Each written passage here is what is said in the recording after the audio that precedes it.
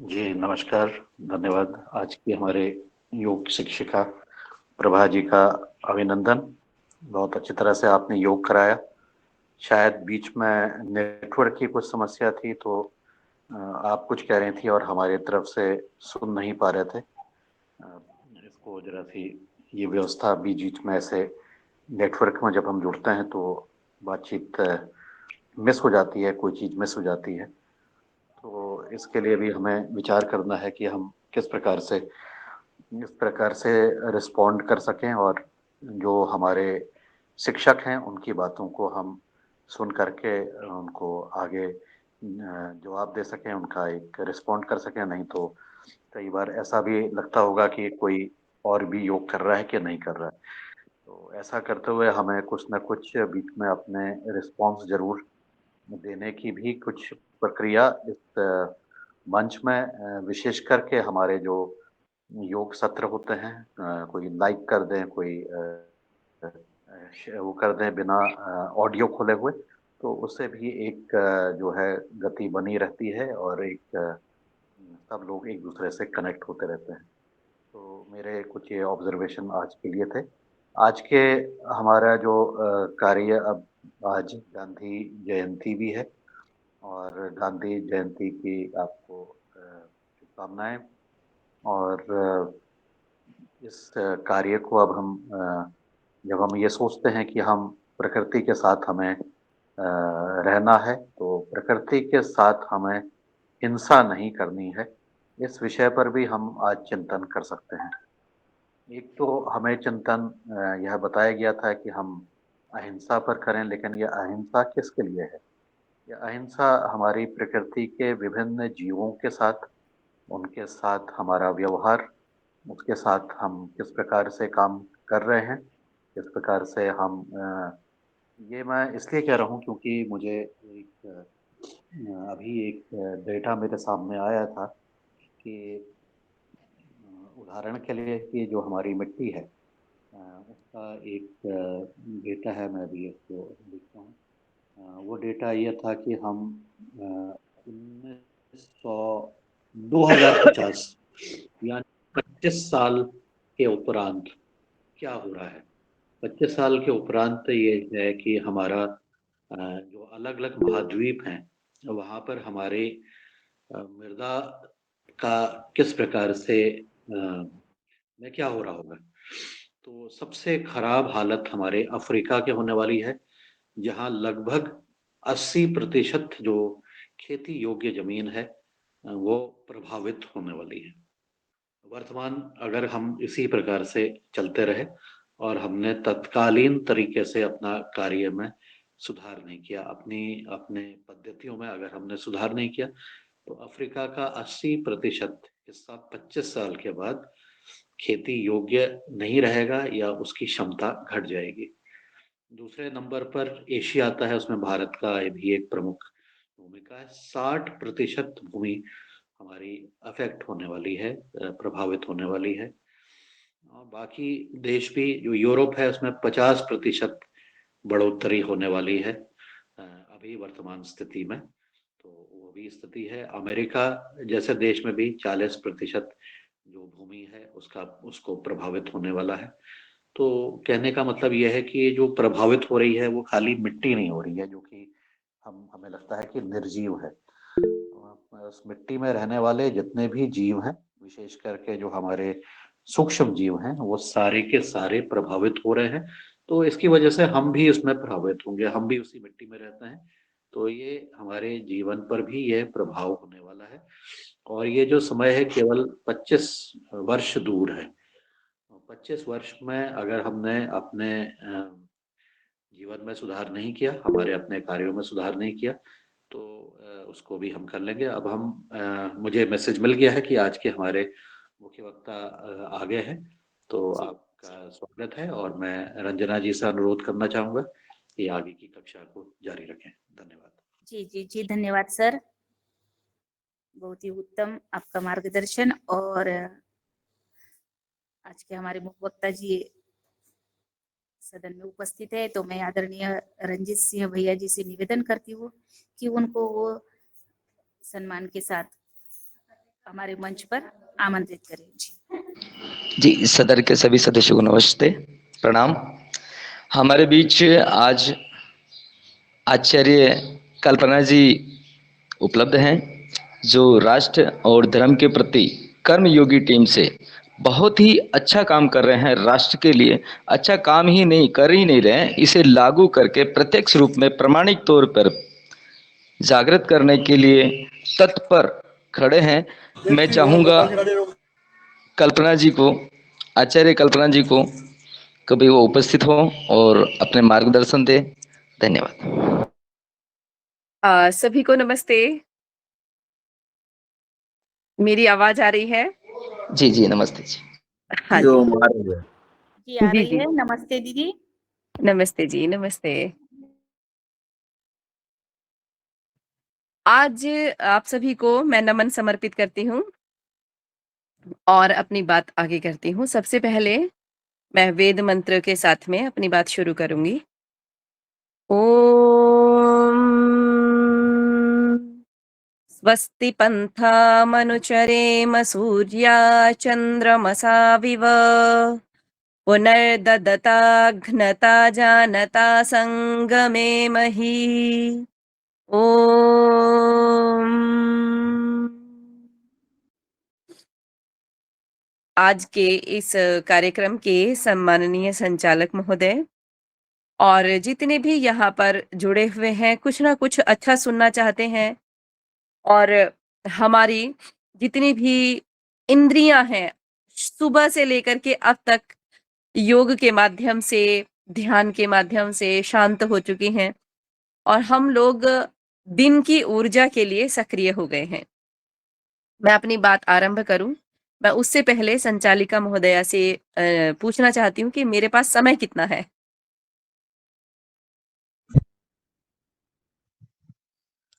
आदरणीय, समय एक कृपया घंटा, एक। 8 बजे तक हैं आप, उसमें प्रश्नोत्तरी भी होगी। जी जी जी जी, ठीक है ठीक है ठीक है। हाँ जी, आज हम लोग योग का सुबह सुबह हम लोग योग का प्रातःकाल रहता है, तो योग जो है हमारे जीवन में जोड़ने का कार्य करता है। मैं चूंकि संस्कृत की प्रोफेसर हूँ, तो मुझे पता है कि संस्कृत में धातु क्या है, वो है युजिर योगे, अर्थात योग माने जोड़ना, जोड़ लेना। फिर उसके बाद दूसरा शब्द आता है क्षेम, योग क्षेम। इसलिए हमारे बहुत सारे स्लोगन हमने देखे होंगे, योग क्षेमम वहाम्यहम, कि योग भी मैं कर रहा हूं और क्षेम भी कर रहा हूं।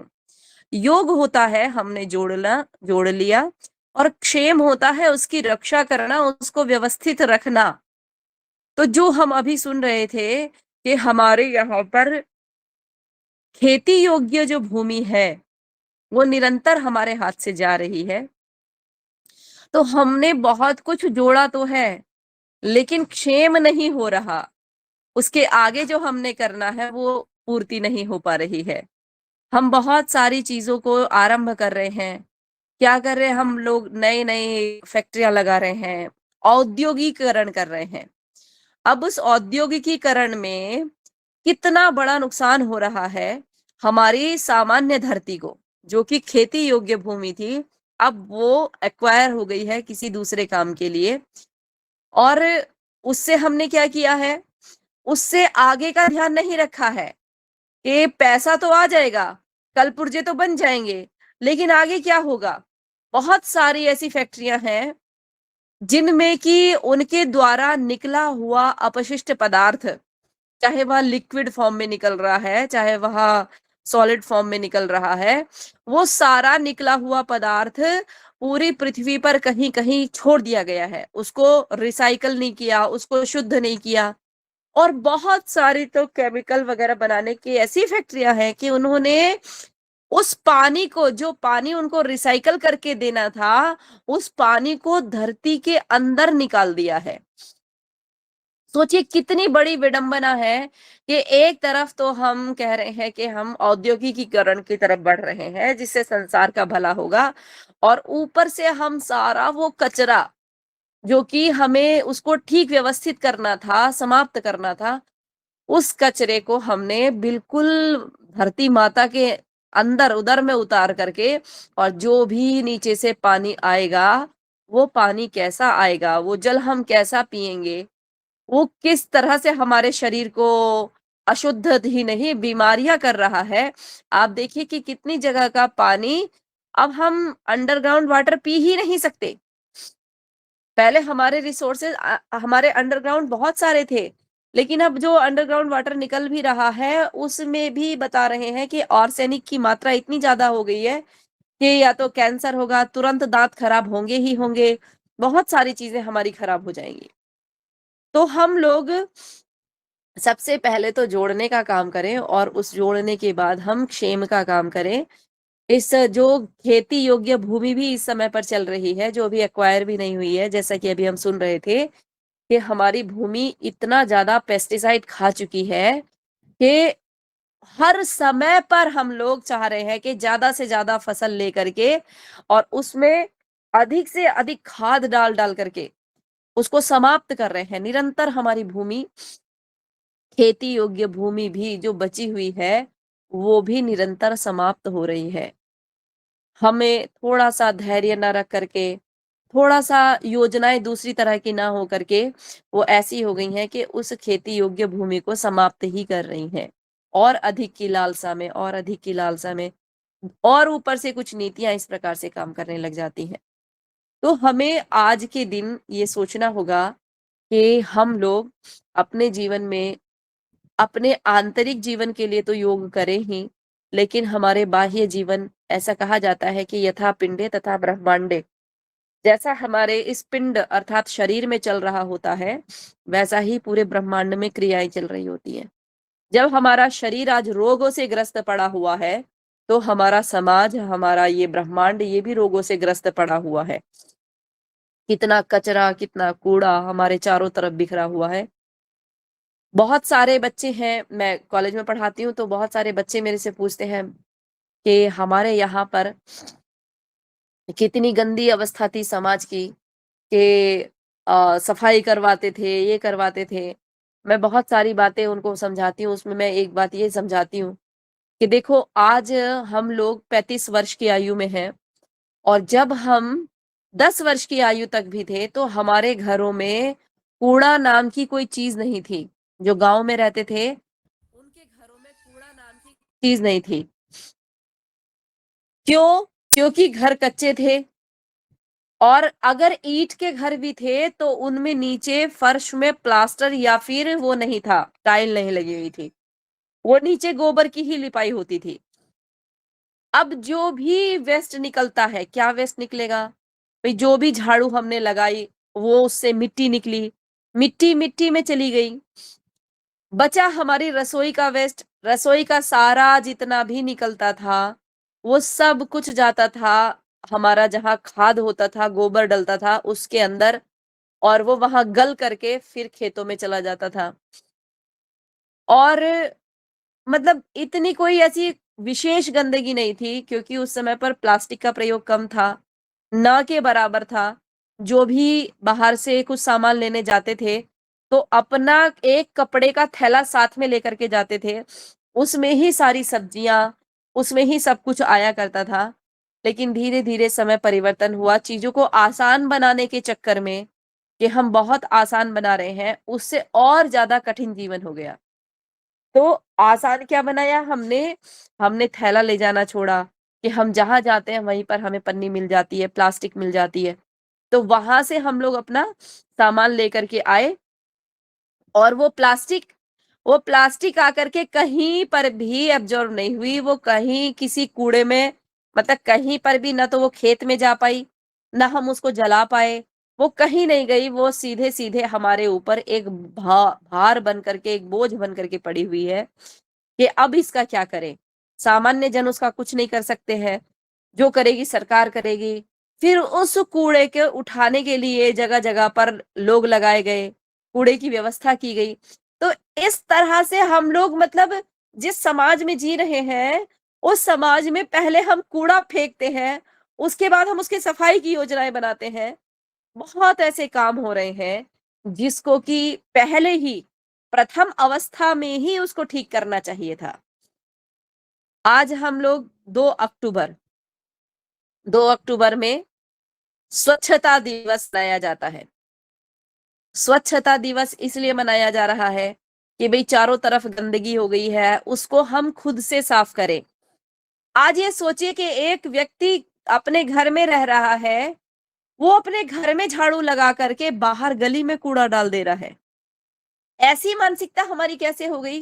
पहले तो हम लोग अपने घर के सामने गली भी साफ करते थे, उनकी नालियां भी साफ करते थे, लेकिन आज हम लोग कैसे हो गए हैं?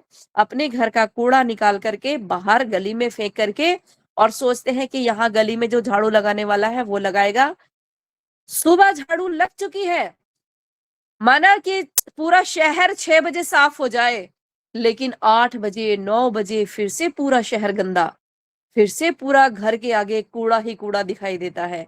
ये प्रवृत्ति कहीं ना कहीं हमारे तंत्र की तो व्यवस्था है ही, जो कुछ गलत है वो तंत्र की व्यवस्थाएं गलत है, लेकिन हमारे मनों में, हमारे हृदयों में भी स्वच्छता की वो भावना बची नहीं है, क्योंकि हम लोग अपने घर के आगे की सड़क तक साफ नहीं कर पा रहे हैं, जिससे कि हमारे ही पैर लग करके वो कूड़ा हमारे घर पे आएगा, वो तक हम लोग साफ नहीं कर रहे हैं। उसके लिए भी हम किसी दूसरे पर आश्रित हो गए हैं।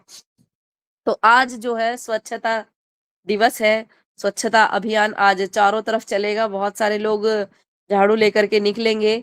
बहुत अच्छी बात है, हमें स्वच्छता रखनी चाहिए, पर ये स्वच्छता तो हर दिन का कार्य है, ये एक दिन का नहीं है।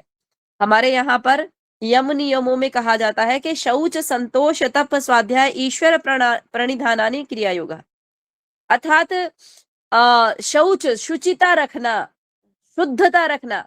शुद्धता एक बहुत अच्छा पैमाना है और हमारे जीवन को आगे चलाने के लिए शुद्धता बहुत आवश्यक है। तो शुचिता कैसी रखना? बोले बाह्य शुचिता रखना। बाहर आपका स्वस्थ वातावरण तब बनेगा जब बाहर स्वच्छता होगी। और आंतरिक शुचिता रखना। आंतरिक शुचिता कैसी? कि हमने अहिंसा, सत्य, अस्तेय, ब्रह्मचर्य, अपरिग्रह इनका पालन करना है। हमने शुद्धता रखनी है, बाहर शुद्धता रखनी है और आंतरिक शुद्धता के लिए हमने अहिंसा का पालन करना है। योग दर्शन में यम और नियमों की व्याख्या की गई है। तो हम शुचिता के साथ साथ संतोष का धारण करना। हम सबसे पहले शुचिता, उसके बाद संतोष धारण करना। संतोष क्या होता है? संतोष के लिए कहा संतोषात अनुत्तम सुख लाभः। संतोष वो है जिससे उत्तम से उत्तम सुख मिलता है। वो कैसे मिलता है? बहुत सारे लोग कहते हैं कि आप तो हमें निकम्मा बना दोगे, कि हम तो जितने हैं उतने पर हम संतुष्ट हैं, हमें और कुछ नहीं चाहिए। नहीं, हमारे वेदों में, पुराने शास्त्रों में व्यवस्था है कि हम लोग सब धन और ऐश्वर्य के स्वामी बने। हमारे पास बहुत धन हो, ऐश्वर्य हो, उसके हम स्वामी बने, पर साथ साथ ये भी कहा गया कि आप संतोष भी धारण कीजिए। और संतोष कैसे धारण किया जाएगा? आज हमारे पास यदि धन है तो ये प्रयास करें कि वो केवल केवल मेरे लिए नहीं है। अभी श्राद्ध पक्ष चल रहे थे, आज उनका अंतिम दिवस है संभवतः, और आज अंतिम दिवस में इतने दिनों तक 15 दिनों तक सब लोगों ने कुत्ते को खिलाया, कौए को खिलाया, चींटियों को खिलाया, सब जगह खिलाया। मतलब ये है कि जो हमने अर्जित किया है, जो हमने प्राप्त कर लिया है, जो मेरे पास आ गया है, उसमें केवल मेरा ही हिस्सा नहीं है, वो केवल मेरे लिए ही नहीं है, वो तो इस सारे संसार के लिए है।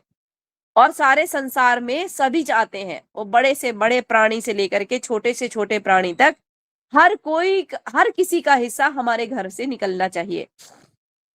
तो शौच, संतोष, फिर है तप। तप क्या है? तपस्या करना। तपस्या करना मतलब ये नहीं है, मात्र इसका नाम नहीं है कि हम कई घंटे तक लगातार एक जैसी मुद्रा में खड़े रहे, हम जाकर के कोई बहुत लंबी यात्रा करके आ रहे हैं। केवल ये चीज नहीं है। हाँ, ये भी तप है, लेकिन केवल यही तप नहीं है। सबसे बड़ा तप है द्वंद्वों को सहन करना। द्वंद्व क्या है? 2, अर्थात सुख दुख, लाभ हानि, जय और पराजय, इन सबको सहन करना, सबको व्यवस्थित करना, किसी भी चीज में विचलित ना होना। सुख आ जाए तो भी हम लोग यथावत बने रहें। बहुत सारे लोग होते हैं जिनसे सुख भी सहन नहीं हो पाता। सुख सहन करना, सुख सहने की शक्ति देना। कोई उपलब्धि हो गई है तो उसको भी सहन करना। बहुत सी बार होता है कि उपलब्धि हो गई है लेकिन हमसे सहन नहीं होती, हम दूसरे को परेशान करना आरंभ कर देते हैं। तो शौच, संतोष, तप, तपस्या करना, एक दूसरे को सहन करना। स्वाध्याय, स्वाध्याय क्या है? अच्छी पुस्तकों का पढ़ना और उन पर अपना चिंतन करना और उस चिंतन को आगे बढ़ाना। उससे मेरे चिंतन से समाज को क्या लाभ हो सकता है, वो कार्य करना। वो कार्य कब होगा? वो कार्य तब होगा जब हमारे मन में बहुत अच्छा चिंतन आएगा। और अच्छा चिंतन कब आता है? अच्छा चिंतन अच्छी पुस्तकों के स्वाध्याय से आता है, अच्छी पुस्तकें पढ़ने से आता है और अच्छी चीजें देखने से आता है। अच्छा चिंतन अचानक से नहीं आ जाता है। और हमारे यहाँ तो भर्तृहरि महाराज हुए हैं, उन्होंने लिखा है कि यन मनसा ध्यायति तद वाचा वदति। जो हम मन में धारण करते हैं, जो हम मन से चिंतन करते हैं, वही हम मुख से बोलते हैं, वाणी से बोलते हैं। और यद वाचा वदति तत्कर्मणा भी संपद्यते।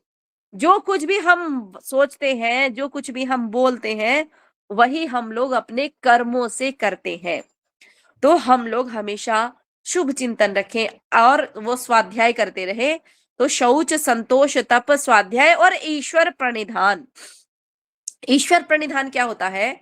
ईश्वर प्रणिधान है कि ईश्वर के प्रति हर कार्य को समर्पित करते हुए चलना। ईश्वर क्या है? ईश्वर वो परम शक्ति है, वो परम सत्ता है जो कि पूरे संसार का निर्माण कर रही है, पूरे संसार का संचालन कर रही है और पूरे संसार का संहार कर रही है। मतलब पैदा करना, उसको संचालित करना और इस पूरे ब्रह्मांड का संहार करना, ये ईश्वर का कार्य है। तो बहुत से लोग कहते हैं कि हम सब कुछ कर सकते हैं, हमारे अंदर तो वो शक्ति है जो किसी के अंदर नहीं है, कोई प्राणी ऐसा काम नहीं करता, मनुष्य तो सब कुछ कर सकता है। यहाँ तक कि जो नास्तिक लोग हैं, वो उनका तर्क ही यही होता है कि अरे मनुष्य तो सब कुछ कर सकता है, मेरे जीवन में ईश्वर का क्या काम हो रहा है? ईश्वर का तो कोई काम मेरे जीवन में नहीं है। तो ईश्वर का सबसे बड़ा काम तो यही है कि हम जिस परिस्थिति में पैदा हुए, हम जिस घर में पैदा हुए, वहां पर पैदा होना मेरे हाथ में नहीं था। जो माता पिता मुझे मिले, उन माता पिता को प्राप्त करना मेरे हाथ में नहीं था। मैं तो केवल और केवल पैदा हो गई हूं या पैदा हो गया हूं। ये कैसी परिस्थिति मिलेगी? एक बच्चा है जो कि अमेरिका के राष्ट्रपति के घर में पैदा हो रहा है, एक बच्चा है हमारे देश के राष्ट्रपति के घर में पैदा हो रहा है, और एक बच्चा है जो फुटपाथ पे पैदा होता है, पूरी जिंदगी उसकी फुटपाथ पे निकल जाती है, वहीं उसका जीवन समाप्त हो जाता है। तो ऐसा कैसे हो रहा है? वो ऐसा इसलिए हो रहा है कि जी हमारे सब कुछ हाथ में नहीं है, ईश्वर है हमारे सबके ऊपर व्यवस्थित है, उसी ने हमको पैदा किया है, उसी ने ही हमारे कर्मों को देखते हुए ये परिस्थिति दी है कि आप इस घर में पैदा होंगे, आप उस घर में पैदा होंगे, आपको ये सामाजिक परिस्थिति मिलेगी, आप इस सामाजिक परिस्थिति में काम करेंगे। तो हमें ईश्वर के प्रति समर्पण भाव रखते हुए अपना हर कार्य करना चाहिए। इसको कहते हैं ईश्वर प्रणिधान। तो अपना हर कार्य कैसे समर्पित कर सकते हैं? जो भी हम प्रातः उठते हैं, हम प्रातः उठने के बाद भगवान से प्रार्थना करें, हे ईश्वर, ये शरीर आपका दिया हुआ है, रात्रि आपकी दी हुई है, जो सुखमय मैंने जीवन बिताया है, वो सुखमय जीवन आपके लिए समर्पित है। मैं जो भी कार्य कर रहा हूं वो आपके ही सामर्थ्य से कर रहा हूं। जब हम ऐसा ईश्वर को समर्पित करते हुए कार्य करते हैं, बार बार हम ईश्वर को याद करते हैं, तो उससे होता यह है कि हमारे को कभी भी किसी भी उपलब्धि पर घमंड नहीं होता। हम अतिरिक्त घमंड नहीं करते, हम अभिमान में चूर नहीं हो जाते हैं। तो हम ईश्वर को समर्पित करते हुए अपने हर कार्य को करते रहें, उससे हमारे दिन का हर कार्य बहुत अच्छा होगा। तो शौच, संतोष, तप, स्वाध्याय, ईश्वर प्रणिधान, ये 5 हमारे बाहर के कार्य करने के हैं। ईश्वर प्रणिधान आंतरिक और बाह्य दोनों तरीके से है। और बहुत सारे लोग कहते हैं कि भाई मुझे ईश्वर के दर्शन हो गए हैं। देखिए, ईश्वर के जितने निकट जो भी कोई व्यक्ति होता है ना, वो व्यक्ति उतना ज्यादा ईश्वर के गुणों के निकट होता है। इतना ही ज्यादा ईश्वरीय गुणों के पास होता है। मतलब उसके अंदर दयालुता होती है, उसके अंदर कृपा होती है, उसके अंदर सबका परोपकार करने की भावना होती है। तो वो व्यक्ति, जो व्यक्ति अच्छे से ईश्वर को समर्पित है, ईश्वर के निकट है, वो व्यक्ति उतना ज्यादा बहुत खुश रहता है और इस संसार को भी सुखी रखता है, इस संसार को खुश रखता है, प्रसन्न रखता है। हमारा जीवन इसीलिए हुआ है। तो शौच, संतोष, तप, स्वाध्याय, ईश्वर प्रणिधान हमारे जीवन में होने चाहिए। आगे कहा कि इनके साथ में आंतरिक चीजें क्या करनी है, आंतरिक सुधार क्या करना है, तो बोले अहिंसा, अहिंसा का पालन करना है।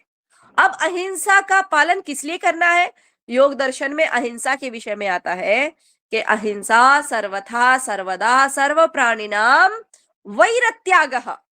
हमें किसी भी प्राणी से वैर नहीं करना है, ईर्ष्या नहीं करना, द्वेष नहीं करना, उसके साथ कोई ऐसी दुश्मनी हमें बांध करके नहीं रखनी है। तो ये सब प्राणियों के साथ वैर त्याग की भावना रखना, किसी के साथ द्वेष भावना नहीं रखना। होता क्या है, हमारे समाज में अगर कोई व्यक्ति अच्छा कार्य कर रहा है और कोई व्यक्ति उसकी प्रशंसा करे, तो एक व्यक्ति प्रशंसा करने वाला होगा, 7 लोग व्यक्ति, 10 लोग व्यक्ति उसके बुराई करने के लिए तत्पर हो जाएंगे, उसके अंदर दोष दर्शन करना आरंभ कर देंगे। हाँ, दोष हर किसी में है। दोष ऐसा नहीं है कि कोई मनुष्य पूर्ण हो जाएगा। अरे पूर्णमदः पूर्णमिदं पूर्णात् पूर्णमुदच्यते, पूर्ण तो केवल परमात्मा ही हो सकता है, पूर्ण मनुष्य कभी नहीं हो सकता। मनुष्य अल्पज्ञ है, मनुष्य अल्पज्ञानी है, मनुष्य की सीमा है एक सीखने की। हाँ, हो सकता है कि वो किसी क्षेत्र में बहुत अच्छा कर जाए, किसी क्षेत्र में अच्छा ना करता हो, लेकिन जिस क्षेत्र में वो अच्छा कर रहा है, जिस क्षेत्र में वो ज्यादा आगे बढ़ करके भाग ले रहा है, संसार का उपकार कर रहा है, उस क्षेत्र में उसको धन्यवाद कहना, ये बहुत अच्छी बात होती है। उसके कार्यों के प्रति अपना समर्पण भाव दिखाना। तो अहिंसा, अहिंसा अर्थात किसी के प्रति वैर भाव न रखना। अब बहुत से लोग कहते हैं, बोले आचार्य जी अगर घर में शेर आ जाए तो भी हम अहिंसा का पालन करें, या हमारे सामने किसी बहन बेटी का बलात्कार हो रहा हो तब भी क्या हमें अहिंसा का पालन करना चाहिए? जैसे कि हमारे देश में हुआ है। हमारे देश में क्या हुआ है कि हम आज गांधी जी की जयंती मना रहे हैं। अब गांधी जी की जयंती मना तो रहे हैं, ले पूरा देश हमारा झूम रहा है, आज छुट्टी भी है और पूरे विदेशों में भी गांधी जयंती का प्रचलन है। लेकिन ये बात सोच करके देखिए कि गांधी जी की जो अहिंसा है वो किस प्रकार की अहिंसा है। गांधी जी, मोपला कांड हो जाता है, कुछ नहीं बोलते। हाँ जी, हाँ जी, आप लोग नहीं मना रहे हैं। बिल्कुल सब लोग जानते हैं, जो सचेत हैं, वो लोग तो अपने मिशन पर लगे हुए हैं। वो लोग बाह्य और आंतरिक शुचिता पर लगे हुए हैं। लेकिन अधिकतर लोग बात कर रहे हैं, बोले अहिंसा की। कल भी मेरी बहुत सारे लोगों से बात हुई, बोले अहिंसा का पालन करना चाहिए, ये कैसी अहिंसा है? मैंने फिर उनको पूछा कि भाई गांधी जी की कैसी अहिंसा थी? मोपला कांड हो रहा है, महिलाओं के साथ अत्याचार हो रहा है, बहुत मतलब इतने छोटे-छोटे बच्चे मार दिए गए जो कि अपनी माँ का दूध पी रहे थे। मतलब एक महिला के सामने उसके पुरुष को मार दिया जा रहा है, उसके पति को मार दिया जा रहा है, उसके घर में उसके बेटे को मार दिया जा रहा है। उस महिला के साथ ही जो मारने वाला है, वो उसके साथ ही निकाह कर रहा है और महिला को मरने नहीं दिया जा रहा। महिला मरना चाह रही है तो उसको जीवित रखा जा रहा है, उसको किसी भी प्रकार की कोई मतलब उसको कमरे में बंद करके उसके साथ बलात्कार हो रहा है, बहुत बुरा अत्याचार हो रहा है। लगभग 20,000 लोग मारे गए, कन्वर्ट हुए, लेकिन इतना बड़ा दबाव गांधी जी के ऊपर कि वो एक बार उसकी निंदा तक नहीं कर पाए कि वहां पर जो हुआ है वो बिल्कुल गलत हुआ है, नहीं होना चाहिए था। इस तरह से भी वो खुल करके नहीं कह पाए। जबकि लोगों ने बताया कि 20,000 लोग मारे जा चुके हैं और कन्वर्ट हो रहे हैं, बहुत बड़े स्तर पर मतांतरण हो रहा है, तब भी गांधी जी को कोई फर्क नहीं पड़ा। और पार्लियामेंट में कितने लोगों के मरने की खबर आई, जब सब कुछ लिखते सब कुछ लिखते लिखते क्या हो रहा है, 2 व्यक्तियों के मरने की खबर लिखी गई। पार्लियामेंट्री रिकॉर्ड में 2 व्यक्तियों के लिखने की खबर लिखी गई, मात्र 2 व्यक्ति, और उनके लिए भी शोक संवेदनाएं नहीं थी। वो भी ये था कि भाई आपने ही हिंसा भड़काई है, आप ही उनको तैयार करते हैं हिंसा भड़काने के लिए, इसीलिए वो लोग हिंसक होते हैं। अगर आप उनको सब कुछ सुविधाएं देते जाएंगे, सब कुछ देते जाएंगे, तो वो हिंसक नहीं होंगे। ये कैसी अहिंसा थी? ये गांधी जी के मन में कैसी अहिंसा का पालन चल रहा था कि जब एक वर्ग मरता था, हिंदू जब मरता था, तब तो उनको कोई दिक्कत नहीं होती थी, और जब हिंदू रिएक्ट करता था, रिएक्शन देता था, तब वो तुरंत अहिंसा का पाठ पढ़ाने के लिए हिंदुओं के बीच में अनशन करने बैठ जाते थे। तो मुझे मतलब किसी भी सभ्य समाज को, किसी भी चिंतक समाज को गांधी जी की अहिंसा कभी भी प्रिय नहीं रही है, कभी भी पसंद नहीं आई है, क्योंकि वो कहते थे, बहुत सारे लोग आए कि गांधी जी हमारे यहाँ तो बहुत बड़ा बुरा हाल हो गया है। डायरेक्ट एक्शन डे हुआ 16 अगस्त 1946 को। डायरेक्ट एक्शन डे में मतलब इतना बुरा मारकाट मची कि सोचो कि वहां का मुख्यमंत्री सोहरावर्दी था, वो मुख्यमंत्री रहते हुए उसने जितने भी गुंडे थे, बदमाश थे, गैंगस्टर थे, उन सबको छोड़ दिया, जेल से छोड़ दिया। और जेल से छोड़ा ही नहीं, पेट्रोल पंप पर ये व्यवस्था बनाई गई कि कूपन बांटे गए कि अगर ये कूपन वाला व्यक्ति आता है तो पेट्रोल फ्री में दिया जाना चाहिए। मतलब सरकारी व्यवस्थाएं ही लगी हुई थी डायरेक्ट एक्शन डे कराने के लिए।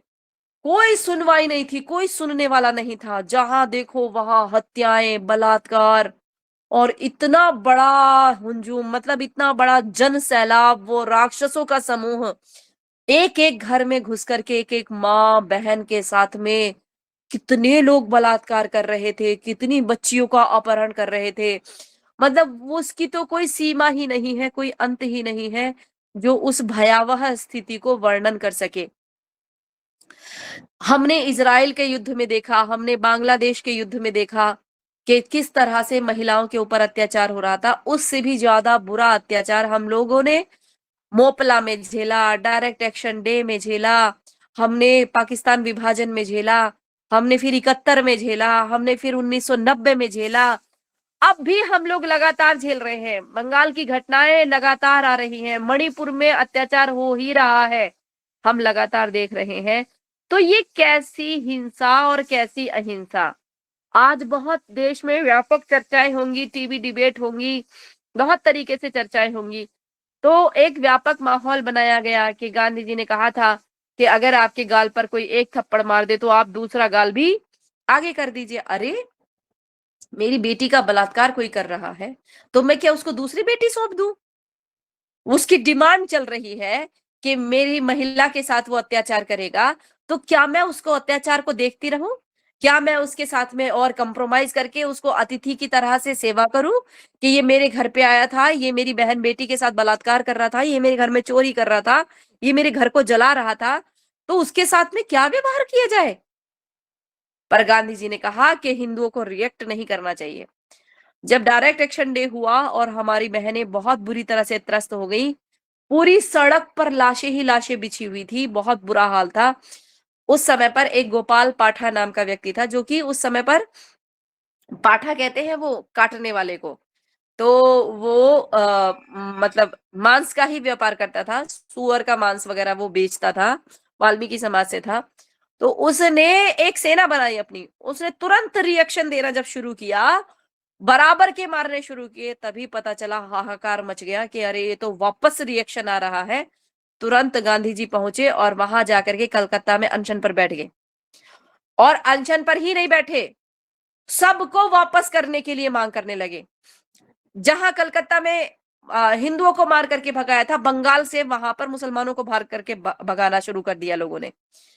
तो यहाँ पर बिहार में, तो वो बिहार में जाकर के अनशन पर बैठ गया, अरे तुम लोग इनको क्यों भगा रहे हो, इनको क्यों विनाश कर रहे हो, उनके साथ में भाईचारे से रहो, अगर वो कुछ मांग रहे हैं तो उनको दे दो, सहर्ष दे दो। यहाँ तक कि उन्होंने महिलाओं के साथ भी जो हो रहे अत्याचार थे उनके विरोध में भी कभी कुछ नहीं बोला, कभी कुछ नहीं कहा। तो हम लोग ये जो अहिंसा है, ये अहिंसा किस प्रकार की है उसको देखना होगा।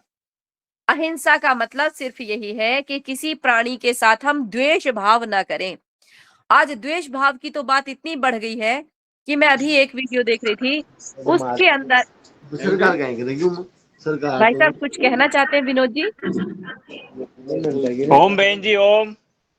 ओम जी नमस्ते, आप लोग कुछ बहन कहना चाहते हैं? जी जी बहन जी, मैं अभी अभी जुड़ा हूँ आपसे। सुन पा रहे हैं जी बहन जी? हाँ जी, मेरी आवाज आ रही है आपकी। जी जी जी, बहुत अच्छे बोल रहे थे बहन जी आप, है ना? अच्छा है। विनोद जी, आदरणीय विनोद कुमार हाँ, जी, अभी बहन जी मेरी को सुन ले। हाँ मेरी बात अभी हो जाए, ठीक है, उसके बाद हम फिर बात करते हैं, ठीक है। मैं थोड़ा सा और 10 मिनट लूंगी, फिर हम लोग प्रश्नोत्तर करेंगे, बातें करेंगे, है ना, जो भी आपके डाउट होंगे मैं उसको पूरा करूंगी। तो ये अहिंसा अर्थात किसी भी प्राणी के प्रति वैर भाव ना रखना। ये वैर भाव ना रखने का मतलब ये नहीं है कि हम दुष्ट के प्रति अत्याचार ना करें। चाणक्य महाराज ने तो ये कहा है कि यस्मिन यथा वर्तते यो मनुष्यः तस्मिन् तथा वर्तितव्यम स धर्मः, कि धर्म क्या है, जो व्यक्ति जिस भाषा में समझता हो विनोद उस जी व्यक्ति वीडियो को बंद कर उस लें प्लीज। भाषा विनोद में जी, समझा देना। जी विनोद जी जी वीडियो बंद कर लें। विनोद जी विनोद जी वीडियो आप बंद कर लो। वीडियो बंद कर लें। विनोद जी, विनोद कुमार जी। जी जी बहन जी। विनोद जी भाई साहब आप अपना वीडियो विनोद ऑफ जी कर वीडियो लीजिए। बंद कर लो। विनोद जी वीडियो बंद कर लो। ठीक है। तो जो व्यक्ति जिस भाषा में समझता हो उसको उसी भाषा में समझाना धर्म है, और बिना किसी कारण के किसी को कष्ट देना हिंसा है। लेकिन अगर कारण उपस्थित हो रहा है तो उस व्यक्ति को समाप्त कर देना भी हिंसा नहीं है।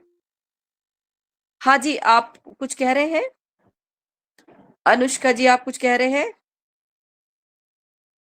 ठीक है, मैं आगे बढ़ती हूँ। तो किसी को भी बिना किसी कारण के न सताना, और न सताना मतलब अगर कारण उपस्थित नहीं है, ऐसे तो फिर हमारी सेना को तो बहुत बड़ा हिंसा का दोष लग जाएगा। जिस व्यक्ति को कार्य है इस विषय पर कि आपको सुरक्षा करनी है, तो उसने तो आतताई को मारना ही है ना, उसको तो समाप्त करना ही है। तो कोई भी व्यक्ति इस भाव से नहीं मारता कि मैं बिल्कुल इसका बुरा कर रहा हूं, लेकिन अपने देश की रक्षा करना, स्वयं की रक्षा करने के लिए अगर हमें किसी का वध भी करना पड़ता है तो भगवान राम जी ने कहा है कि वो कोई दोष नहीं है। आप देखिए कि भगवान राम जी ने बाली को मारा, बाली को छिप करके मारा, जबकि भगवान राम को नहीं मारना चाहिए था, वो उस युद्ध का पार्ट नहीं थे, उसको सुग्रीव को ही मारना था, लेकिन बाली को पीछे से छिप करके मारा। तो बाली ने पूछा, ये कहा कि धर्म हेतु अवतरे हूं गोसाई, मारही मोहि व्याध की नाई, मैं बैरी सुग्रीव पियारा, अवगुण कवन नाथ मोहि मारा। कि अरे मैं ऐसा कैसा मेरे अंदर दोष था जो आपने मुझे मारा, और वो भी छिप करके मारा, और मैं भाई भाई थे हम दोनों, और मैं इतना दोषी हो गया और वो सुग्रीव इतना प्यारा हो गया कि आपने सुग्रीव के कहने पर मुझे मार दिया।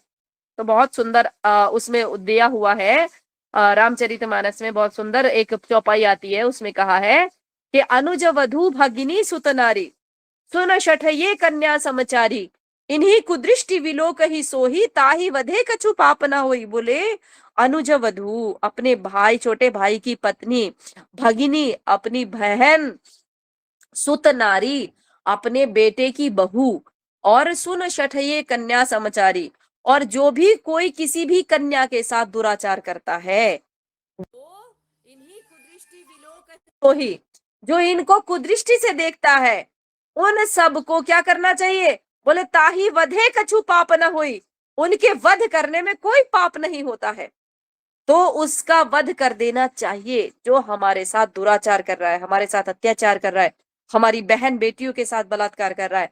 अभी सोचिए कि हमारी बहन बेटियों को फंसा करके और उनके 36-36 टुकड़े करके फ्रिज में रखे जा रहे हैं और उसके फोटो आ रहे हैं, हमारा हृदय विदीर्ण होता है, हमारा हृदय दुखी होता है,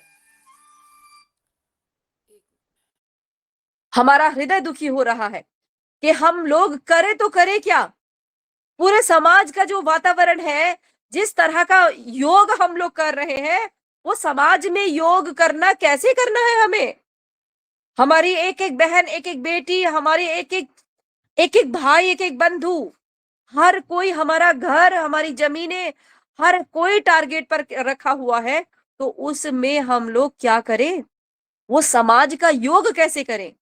तो सबसे पहले हमें अहिंसा का अर्थ बिल्कुल स्पष्ट समझ लेना है कि बिना किसी कारण के हमने किसी को कष्ट नहीं देना। पर यदि कारण उपस्थित होता है तो उसके लिए हमने वध करने में भी पीछे नहीं हटना। ये अहिंसा है और ये गांधी जी की अहिंसा नहीं है। गांधी जी की अहिंसा थी कि एक वर्ग जो सहन करता है वो केवल सहन ही करता चला जाए, एक वर्ग जो दुष्ट है, वो दुष्टता कर रहा है, वो दुष्टता ही करता चला जाए, उसको दुष्टता की छूट दे दी जाए।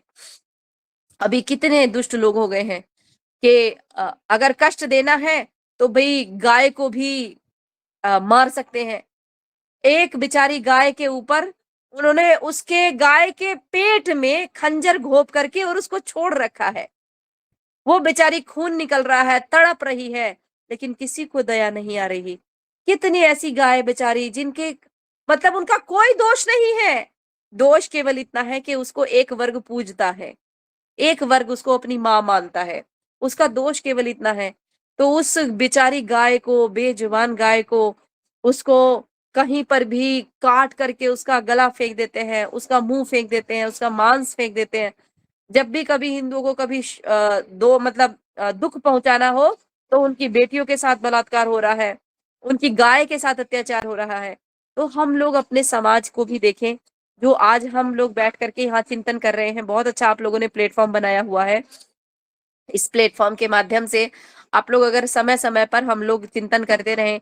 अभी देखिए हम लोग बिल्कुल बुरी तरह से अपने जीवन में भी जो हम इनटेक कर रहे हैं, जो खा रहे हैं, वो भी प्रदूषित हो गया है, जो वातावरण है वो भी प्रदूषित हो गया है और लगातार हमारी जमीन प्रदूषित होती चली जा रही है। अभी किसी ने मेरे को बताया था, यहाँ पर ही मैसेज किया था कि आप लोग जैविक खेती करना सिखा रहे हैं, आरंभ करा रहे हैं। बिल्कुल सिखाइए। बहुत तरीके हैं अपने समाज को सुधारने के, बहुत तरीके हैं अपने समाज को जोड़ने के, योग कराने के। तो उसमें एक जैविक खेती भी है। सच में हमें जैविक खेती अपना करके काम करना चाहिए, क्योंकि आज छोटे से छोटे बच्चे को भी इतनी बड़ी बड़ी बीमारियां हो गई हैं। मतलब पैदा भी नहीं हुआ है उसको भी बीमारी हो रही है, माँ के गर्भ में बीमारी हो रही है। तो उन सब का कारण क्या है? उन सब का कारण है कि हम लोग जो भोजन ले रहे हैं, वो भोजन हमारे शरीर को दूषित कर रहा है। बिल्कुल डायरेक्ट हम जहर खा रहे हैं। मतलब लोग ये सोचते हैं कि हम लोग सब्जियां खा रहे हैं, सब्जियों में जहर है। जो रोटी खा रहे हैं उस रोटी में जहर है। हर चीज में तो जहर घुल गया है। और वो किस लिए हो गया है? कि हमारे अंदर ईश्वर प्रणिधान वाली चीज नहीं रही है कि हम देखें कि भगवान ये सब कुछ आपका है। अगर हम ये सब कुछ समर्पित करते हुए चलेंगे, भगवान के प्रति समर्पण करते हुए चलेंगे, तो कोई भी व्यक्ति जहर नहीं डालेगा। कोई भी व्यक्ति छोटी कमाई में संतुष्ट रहेगा, छोटे व्यापार में संतुष्ट रहेगा। इसीलिए संतुष्टि की बात आती है, संतोष की बात आती है। वो कहते हैं कि अज धन गज धन बाजी धन और रतन धन खान, जब आवे संतोष धन सब धन दूरी समान। तो हमें संतुष्टि का पालन भी करना चाहिए अपनी आर्थिक व्यवस्थाओं में। लेकिन हर जगह पर ये नहीं चलता कि हम लोग ही केवल अहिंसा का पालन करें, हम लोग ही हर चीज में संतुष्ट होते चले जाएं। जैसे कि अभी हलाल हलाल इंडस्ट्री बहुत बड़ी खड़ी हो गई है, तो वो लोग तो अपना व्यापार बढ़ाते जा रहे हैं और हम लोग छोटे में संतुष्ट हो जाएं, ऐसा नहीं हो सकता। हम लोगों को भी अपना व्यापार ज्यादा से ज्यादा बढ़ाना है, लेकिन उस शुचिता के साथ, उस शुद्धता के साथ में चलना है। और आज शुद्धता की डिमांड है। हर व्यक्ति खोज रहा है कि शुद्ध कहाँ से मिलेगा। हर व्यक्ति चाह रहा है कि मेरे शरीर के अंदर, मेरे परिवार के शरीर के अंदर गलत चीजें, जहर युक्त जो मिलावटी चीजें हैं वो ना जाएं। तो हम लोग अपने जीवन को इस तरह से चलाएं कि हम लोग कभी भी पूरे समाज को जहर में ना डाले, परेशानी में ना डाले और अपने जीवन को भी हम लोग बहुत अच्छे से चलाएं। उसके लिए बहुत कुछ करने की आवश्यकता नहीं है, लेकिन सब लोगों के अंदर वो भावना पैदा करें कि हमें अपनी भी रक्षा करनी है, अपने समाज की भी रक्षा करनी है, अपनी बेटियों की, अपने मतलब सामाजिक रक्षा भी करनी है, अपनी पारिवारिक रक्षा भी करनी है और अपनी है, उन सारी रक्षाओं को करते हुए हम आगे चले। आप लोगों ने आज ये प्लेटफॉर्म दिया, बहुत बहुत धन्यवाद। बहुत बहुत आयोजकों का आभार। आप लोग बहुत अच्छा काम कर रहे हैं। आप लोगों के प्रति मेरी बहुत बहुत शुभकामनाएं। आप लोग ऐसे ही आगे बढ़ते चले और निरंतर अपने समाज को योग से जोड़ते चले, जैविक खेती से जोड़ते चले और सच में बताएं कि अहिंसा क्या होती है। हम लोग ऐसा नहीं है कि हम लोग तप करने वाले लोग हैं तो हम अहिंसावादी हैं। हम ये फेक अहिंसा में विश्वास नहीं करते हैं। यदि कोई आतताई आता है तो हम उसका वध करेंगे ही करेंगे। ये भाव हमारे समाज में पैदा हो, ना कि केवल यही भाव हो कि बस हम कुछ नहीं करेंगे। धन्यवाद जी, बहुत बहुत धन्यवाद।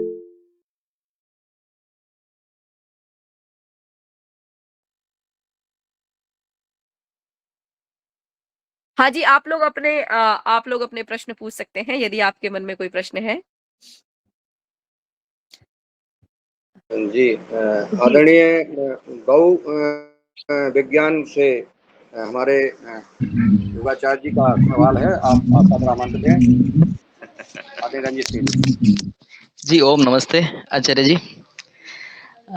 आपने बहुत ही अच्छा दिया है, इसमें कोई दो राय नहीं है, राष्ट्र के लिए ही दिया है। लेकिन थोड़ा सा मैं चाहूंगा कि आप अपना कर्मयोगी वाला विकराल रूप भी दिखा दीजिए और सूत्रों के बारे में भी बता दीजिए जो शत्रु आज कर रहे हैं ना, क्योंकि आपने कोमलता के भाव से बहुत कुछ गढ़ दिया है इस सत्र में। लेकिन आप अपना कर्मयोगी वाला विकराल रूप भी बताइए ताकि हमें भी पता चले और हम भी इस सत्र के माध्यम से जो जुड़े हुए हैं योगाहार के भाई बंधु, जो राष्ट्र के लिए काफी सालों से प्रयास कर रहे हैं, बहुत ही अच्छा प्रयास कर रहे हैं, बाबा रामदेव जी से डायरेक्ट जुड़े हुए हैं और कई डॉक्टर, प्रोफेशन और जैविक कृषि वाले साथी जुड़े हुए हैं, जो निरंतर इसमें पूरे देश से कई राज्यों से भी लोग जुड़ते हैं और बहुत ही अच्छा कार्य कर रहे हैं। मैं चाहूंगा बहन से आपसे कि थोड़ा सा एक कर्मयोगी वाला विकराल रूप भी हमें दर्शित कराएं। कर्मयोगी एक युवाओं का ग्रुप है। जैसे सब लोग बाहरी स्वच्छता की बात कर रहे हैं, वैसे ही कर्मयोगी आंतरिक अपने समाज की स्वच्छता की बात करता है। हमें ये बताता है कि हमारे शत्रु कौन है और हमारे मित्र कौन है। जो इस देश पर विश्वास नहीं करते, जो हमारी माता बहनी की इज्जत नहीं करते, जो हमारे देश को निरंतर खा रहे हैं, घुन की तरह समाप्त कर रहे हैं और डायरेक्ट समाप्त कर रहे हैं, हम उनके प्रति लोगों को जागरूक करते हैं। विशेष रूप से इस्लाम, जो कि भारत में विशेष गति बढ़ा रहा है, चाहे वह जनसंख्या के माध्यम से बढ़ाता हो, चाहे वह तंत्र को कब्जा करने के लिए बढ़ाता हो, मीडिया के माध्यम से बढ़ाता हो, इतने तरीके से वो हमारे तंत्र पर कब्जा कर रहा है। अभी हमने देखा कि हम लोगों के पास एक लिंक आया था, उस पर कहा गया था कि आप सब लोग इस पर मेल कीजिए। मेल करने के लिए कहा गया, तब सबकी पूरे समाज की आंखें खुली। अरे ये क्या हो गया है? जितनी जमीन भारत विखंडन के समय पर पाकिस्तान के पास चली गई थी, उससे ज्यादा जमीन हमारे देश की वक्फ बोर्ड ले गया। हम लोग देखते रह गए। वक्फ बोर्ड ने इतना बड़ा चालाकी से हमारे देश की जमीनों पर कब्जा कर लिया। और कब्जा मात्र सामान्य नहीं है, वो कब्जा इतना बड़ा है कि आप एक देखेंगे कि बहुत बड़ा सरकारी जमीन पड़ी हुई है और उसमें एक कोने पर मजार है। एक कोने पर मजार होने के साथ साथ पूरा का पूरा पार्क, चाहे वह 2.5 किलोमीटर का है, 3 किलोमीटर का है, पूरा का पूरा पार्क वक्फ बोर्ड पर चढ़ा रखा है कि ये मजार है और इसके साथ वाली सारी जमीन हमारी है। आश्चर्य हुआ कि दिल्ली के मेन जगह पर वक्फ बोर्ड की संपत्ति है। यहां तक कि अभी जो नया संसद भवन बना है उस पर भी क्लेम कर रहे हैं कि ये हमारा है, ये हमारी संपत्ति है, वक्फ बोर्ड की संपत्ति है, इसको हटाया जाए। और राष्ट्रपति भवन पर क्लेम करते हैं। यहां तक कि महाराष्ट्र में कांग्रेस आ रही है तो कांग्रेस ये प्रचार कर रही है कि हमें वोट दो, अगर आप हमें वोट देते तो अंबानी का घर अंटालिया खाली करवा देंगे, कि अंबानी के घर जो है वो वक्फ बोर्ड की लैंड पर बना हुआ है। इतना बड़ा भयानक षड्यंत्र हमारे देश में चल रहा है कि हमारी बेटियां ही टारगेट पर नहीं है, हमारा अर्थतंत्र, भाई जमीन हमारा अर्थतंत्र है, उस पर इतने बड़े स्तर पर कब्जा। और कैसे उसको असीमित शक्तियां प्रदान कर दी गई, असीमित शक्तियां दे दी गई। उन्होंने कहा 4 लोग बैठ जाएंगे, 4 लोग बैठ करके जिस धरती पर हाथ रखेंगे, जिस भूमि पर हाथ रख देंगे, जिस भूमि को कह देंगे कि ये भूखंड हमारा है, मतलब उनकी जहां भी दृष्टि गई उन्होंने अपने कागज में नोट कर लिया कि ये हमारा हो गया है। अब आप उस दृष्टि में अगर आपका घर आता है, आप अपने घर बेचना चाहते हैं, आप अपना घर लेना चाहते हैं, तो आप जाइए वक्फ बोर्ड के पास, वहां से एनओसी लेकर के आइए, वहां से नॉन ऑब्जेक्शन सर्टिफिकेट लेकर के आइए। तो सोचिए कि कितना बड़ा षड्यंत्र हमारे देश में, हमारे देश को कब्जाने का चल रहा है। हम लोग सब कुछ करेंगे, हम लोग सब प्लॉट लेंगे, सब कुछ लेंगे, लेकिन इसका उपभोग हमारी पीढ़ियां करेंगी या नहीं करेंगी, ये हमें विचार करना होगा। क्योंकि आज हमारे देश में जनसंख्या कितनी बड़ी वृद्धि हुई है। अभी आपने देखा होगा, आंकड़े आए थे कि हमारे हिंदुओं की जनसंख्या कम हो गई है, हम और उनकी जनसंख्या लगभग 45% आगे चल रही है। अब सोचो, जो बच्चा आज पैदा हो रहा है वो 18 साल बाद वोट डालने के लायक हो जाएगा। 18 साल तक जो बच्चे पैदा हो करके बड़े होंगे, तो हमारे लोग उसके लिए कुछ कर ही नहीं रहे हैं। तो हम लोग अपने लोगों को ये समझाते हैं कि ज्यादा से ज्यादा लोग इस चीज से अवेयर हों। हमारे सामने खड़ा हुआ व्यक्ति हमारी सब्जियों में अपना यूरिन डाल करके बेच रहा है, छोटे छोटे खाने में वो थूक मिला करके बेच रहा है। यहां तक कि हमारा हर घर का हर सदस्य टारगेट पर लगा हुआ है, और साधारण टारगेट नहीं है। उनके एक मस्जिदों के अंदर केंद्र बना करके हमारी बहन बेटियों के लिए ये लगा रखा है कि अगर गृह युद्ध होगा या जिहाद होगा तो ये लड़की इस व्यक्ति के हिस्से में आएगी, ये लड़की उस हिस्से में आएगी। और इतना ही नहीं है, हमारे घर तक को चिन्हित किया हुआ है कि जिस दिन जिहाद की कॉल होगी उस दिन हमारा घर इस व्यक्ति के, इस समीर के, इसके अब्दुल के, इसके हिस्से में आएगा और इसके हिस्से में आएगा। सब कुछ बिल्कुल वो लोग अपनी तरह से व्यवस्थित कर रहे हैं कि जिस दिन जिहाद की कॉल होगी उस दिन कोई झगड़ा नहीं होना चाहिए कि मैंने ये लूटा था तो ये मुझे मिलेगा। मतलब उनको पता है कि तुमने किस घर को लूटना है, उनको पता है कि तुमने किस बहन बेटी के ऊपर हाथ डालना है। तो हम लोग इस विषय से अपने समाज को अवेयर करें, जागरूक करें, उसके लिए हम निरंतर प्रयास कर रहे हैं, निरंतर हम लोगों को जागरूक कर रहे हैं। क्योंकि हमारे घर की कितनी बेटियां जा रही हैं, उन बेटियों को बेचारे को ये पता है कि मैं तो हिंदू से शादी कर रही हूँ, और हिंदू से शादी कर रही हूँ इसीलिए वो भाग जा रही है उसके साथ में। पता चलता है कि अरे ये तो नमाज पढ़ता है, ये तो कुछ और कर रहा है, तब वो लड़की चौंकती है कि अरे ये मेरे साथ में ये क्या हो गया। आप सोचिए कि कैसी कैसी घटनाएं हैं। श्रद्धा है, मुंबई से आती है, दिल्ली में आकर के रहती है श्रद्धा बोलकर, और वो रिलेशनशिप में रह रही है। रिलेशनशिप में रहते रहते उस लड़की को, सोचो कि जो लकड़ी काटने वाला आरा होता है, लकड़ी काटने वाली जो मशीन होती है, उस मशीन से वो उस लड़की के 35 टुकड़े करता है। कैसे, क्या दर्द हुआ होगा उस बहन को, क्या दर्द हुआ होगा उस बेटी को, कि मतलब उसके साथ में वो बाथरूम में ले जाकर के वो टंकी चला रखी है उसने पानी की, और उसके वो आरे से उसके 35 टुकड़े कर रहा है, और 35 टुकड़े करके अपने फ्रिज में रख दे रहा है। और फ्रिज में ही नहीं रख रहा, हर दिन एक एक टुकड़ा पॉलिथीन में पैक करके दिल्ली के कोने कोने में फेंक रहा है।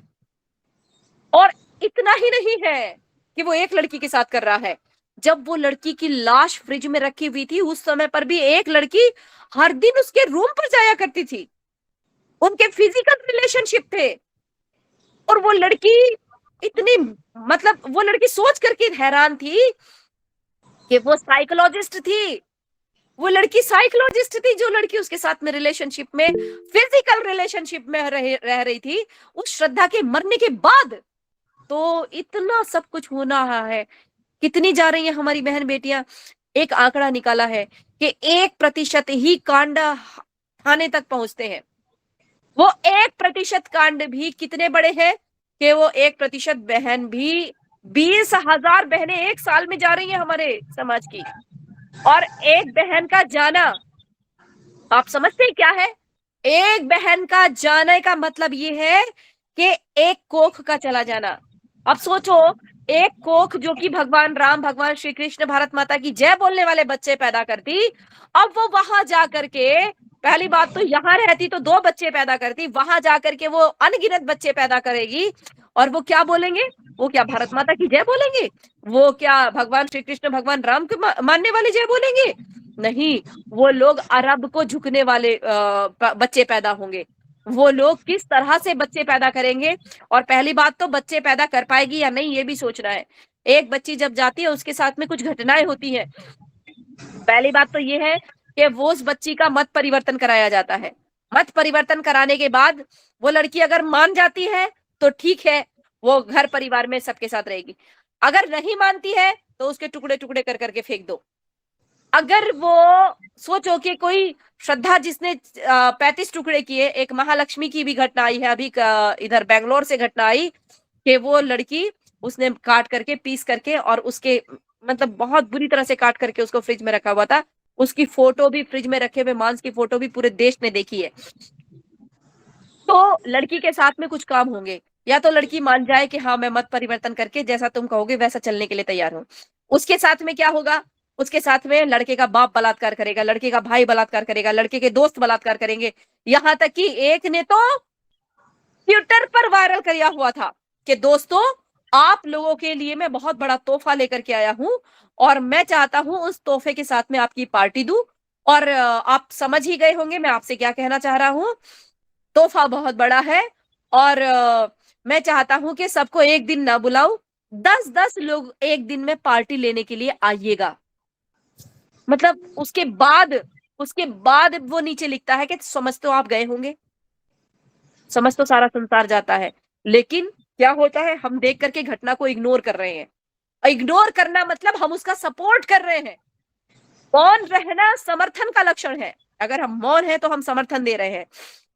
तो लड़की के साथ में या तो सब लोग बलात्कार करेंगे, उस समय पर भी उसको चुप रहना है, बोलना नहीं है। उसको अधिक से अधिक बच्चे पैदा करने हैं, अधिक से अधिक वो उनके लिए मतलब देश के विरोध में संतान को पैदा करके देगी। अगर वो तब तक करती रही जब तक उनका मन करा तो ठीक है, नहीं करेगी तो उसको मार करके या फिर कहीं बेच दिया जाएगा। और बेचने के लिए बहुत सारे जिहादी संगठन हैं। आईएसआईएस पड़ा हुआ है, तालिबान खड़ा हुआ है, बगदादी खड़ा हुआ है, इतने सारे हैं कि 100 से अधिक संगठन है जो कि उस लड़की को खरीदने के लिए तैयार है, क्योंकि वो काफिर की लड़की है और काफिर की लड़की के साथ जितना उसको सताया जा सकता है, मतलब लड़की जितना ज्यादा तड़पेगी उतना ज्यादा उनको लाभ मिलेगा, उतना ज्यादा अल्लाह का काम आगे बढ़ेगा। लड़की ज्यादा से ज्यादा तड़पनी चाहिए। वो तड़पती हुई लड़की को देख करके खुश होते हैं।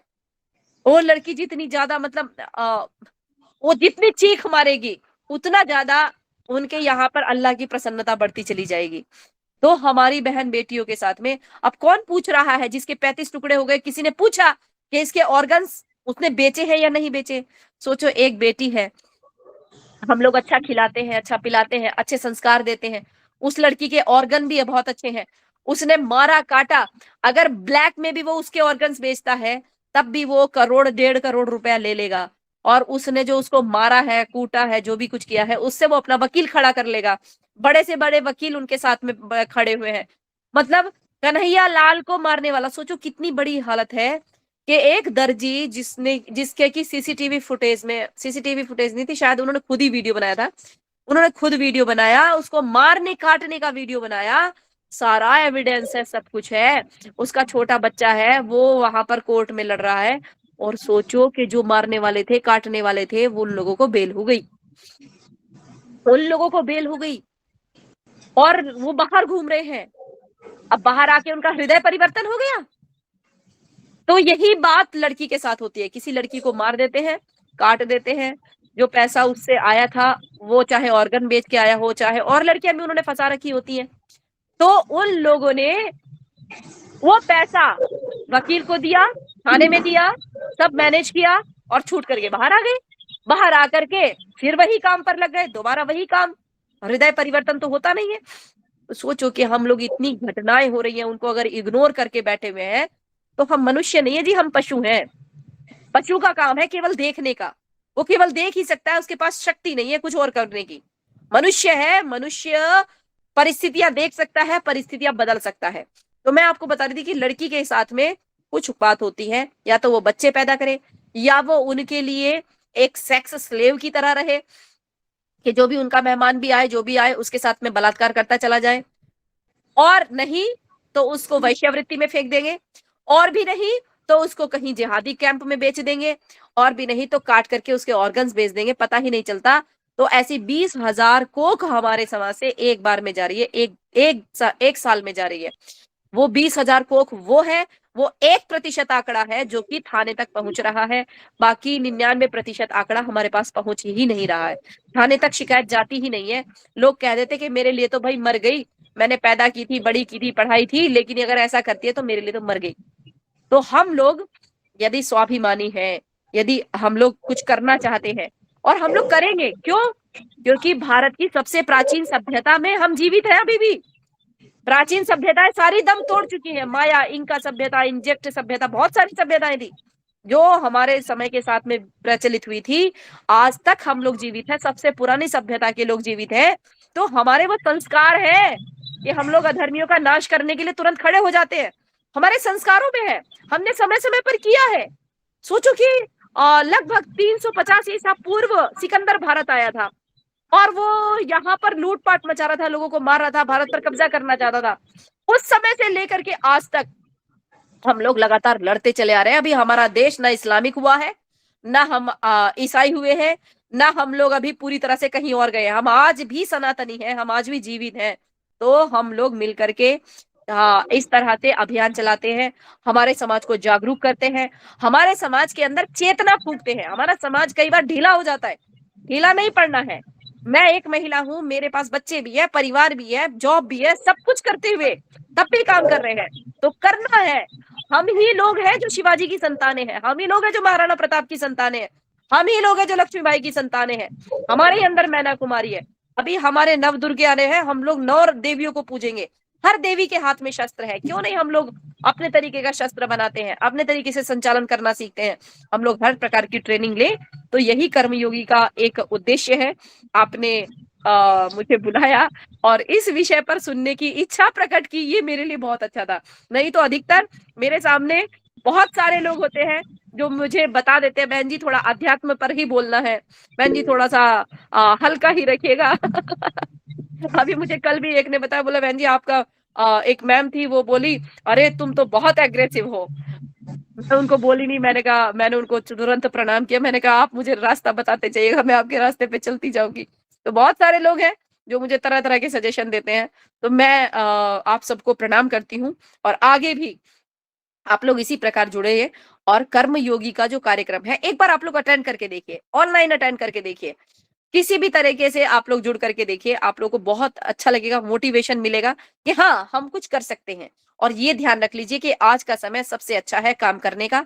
इसी समय पर हमने काम करना है, हमें भविष्य के ऊपर कोई बात नहीं छोड़नी है, अभी करना है। तो आपका बहुत बहुत धन्यवाद, बहुत बहुत आभार।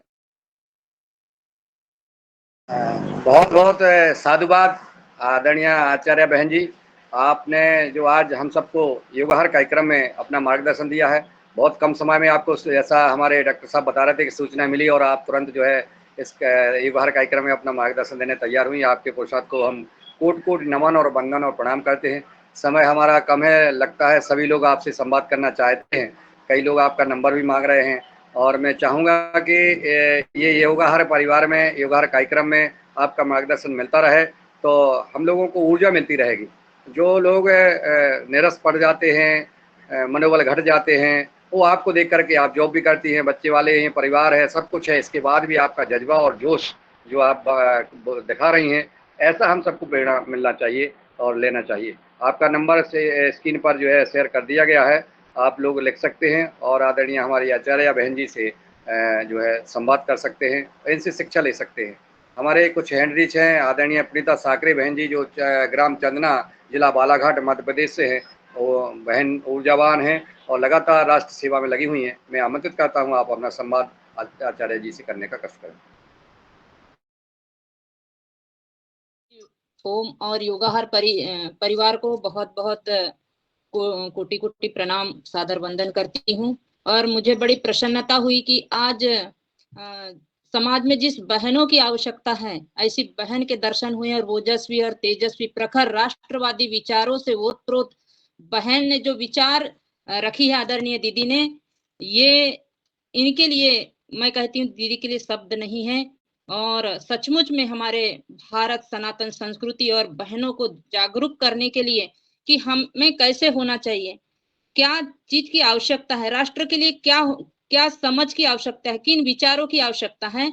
आज आदरणीय भाई साहब जी ने कहा कि हम अपने क्षेत्र में काम तो कर रहे हैं, लेकिन मुझे लगता है कि आपके कार्य का विस्तार अधिक बहुत बड़ा है और बार-बार आपका वंदन है दीदी जी, और आपका मोबाइल नंबर भी मिल चुका है।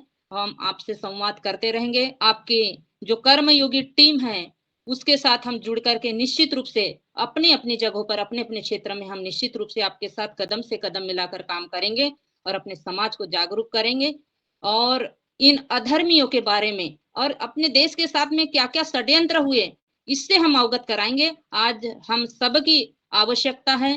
भारत माता की जय, वंदे मातरम, जय हिंद, जय भारत। जी, धन्यवाद आदरणीय प्रीता साकरे बहन जी। और लगभग समय 8 बज गया है और मैं आदरणीय डॉक्टर साहब को भी धन्यवाद देता हूं कि जिन्होंने आदरणीय बहन जी को इस युवा कार्यक्रम में आमंत्रित किया। उनका मैं हमेशा युवा परिवार आभार ज्ञापन करता है और मैं सीधा चलता हूं आदरणीय रंजना जी के पास। आप जो है आज का इस कार्यक्रम को समापन को ले जाएं। आदरणीय रंजना कनिकर जी, अगर आवाज पहुंच रही हो तो आप। अच्छा, उनकी योग क्लास चल रही है जी। आदरणीय मैं दिनेश जी सेमवाल जी को सादर आमंत्रित करता हूं, वो आए और आज के युवा कार्यक्रम को आभार के साथ समापन करने का कष्ट करें। जी आदरणीय सादर धन्यवाद। आदरणीय सभी सदस्यों को मैं प्रणाम करता हूं और आज स्वच्छता दिवस पर सभी को बधाई भी देता हूं योगहार मंच के माध्यम से कि स्वच्छता की जो परिपाटी हमने देखी है या फिर आज के दिन पे सुनी है, उसकी आवश्यकता बहुत अनपड़ी है, क्योंकि जैसे कहा भी गया है आदरणीय बहन जी द्वारा कि स्वच्छता हो तो कैसी। हमारी आंतरिक स्वच्छता तो हम सब पर निर्भर है और हमें उसे दुरुस्त करना चाहिए।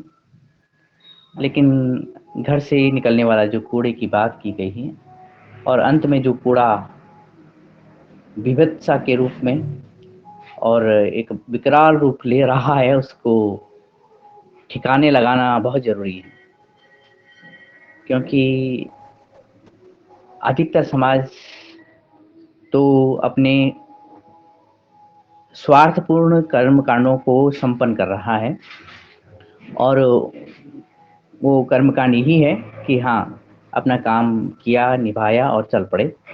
लेकिन जो अभियान कर्मयोगी समूह ने शुरू किया है उसको भी स्वच्छता अभियान ही माना जाए। और मुझे लगता है कि जो बात सामने आई है उसको सांकेतिक रूप में स्वच्छता अभियान भी अगर आज के दिन पर माना जाए, क्योंकि गांधी जी के नाम को, गांधी जी के मास्क को हर कोई पहन रहा है, लेकिन इस कर्मयोग के अंतःकरण को और बाह्यकरण को लेकर के हम अगर आगे बढ़ेंगे तो निश्चित ही कुछ हो पाएगा। लेकिन ये जानकर के खुशी हुई कि अलग अलग जगहों पे इस तरह के सुंदर अभियान आगे बढ़ रहे हैं। नहीं तो उनका तो कहना है कि इस भूभाग पर या सारी दुनिया में या तो हम होंगे या तो हमारी कब्रें होंगी। और अगर ऐसे कर्मयोगी आगे नहीं आएंगे, हम सभी मिलकर के आगे नहीं आएंगे, तो या तो वो होंगे या तो उनकी कब्रें ही होंगी। क्योंकि अगर हम कायरता दिखलाएंगे तो मारे जाएंगे, ये बात निश्चित ही है और बहुत ही निश्चित है। लेकिन ये बात जितने कहने की है उससे कहीं अधिक और कहीं अधिक करने की है। तो मैं आज आप सभी के माध्यम से आदरणीय कल्पना बहन जी को, उनकी कर्मयोगी टीम को और आज की योग शिक्षिका जी को आप सभी के माध्यम से पुनः बहुत बहुत धन्यवाद देता हूँ, प्रणाम करता हूँ, अभिनंदन करता हूँ, अभिवादन करता हूँ कि हम पुनः आज की योग शिक्षिका की कक्षा में पुनः योग करें और आज की जो मुख्य वक्ता हैं उनकी कर्मयोगी जो टीम है उसको आगे बढ़ाएं, हम भी उसमें सम्मिलित हों। बहुत बहुत धन्यवाद, प्रणाम। ओम। आदरणीय डॉक्टर रंजीत सिंह जी जोधपुर राजस्थान से हैं और जिनके माध्यम से आज हम यह सब कर रहे हैं, उनको सादर आमंत्रित करता हूँ, वो अपनी अंतिम बात रखें। और जी, सभी को प्रणाम। सभी ने बहुत ही अच्छी तरह से सहनशीलता से सुना और आज मौका ऐसा मिला कि 2 अक्टूबर जो सफाई अभियान है, उसमें गली, मोहल्ला और राष्ट्र को सफाई करने के लिए, राष्ट्र के अंदर जो कुरीतियाँ चल रही है और जो दुष्ट चल रहे हैं, उनकी सफाई करने के लिए हमारे पास कर्मयोगी टीम से आचार्य जी पधारे हैं।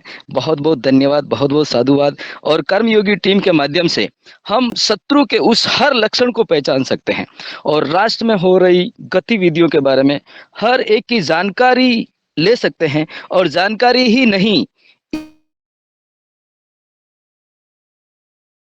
क्या है, कैसे किस स्टेप पे हम आगे बढ़े, ये बुद्धिपूर्वक, नीतिपूर्वक हम आगे बढ़ सकते हैं कर्मयोगी टीम के माध्यम से। श्री कृष्ण जी, भगवान श्री कृष्ण जी कहते हैं कि हारे हुए युद्ध को जीता जा सकता है, सिर्फ सूत्र पता होना चाहिए। जैसा कि हम महाभारत में देखा है कि श्री कृष्ण जी के पास बहुत ही कम सेनाएं थी, लेकिन कौरवों की सेनाओं को उन्होंने ध्वस्त किया है।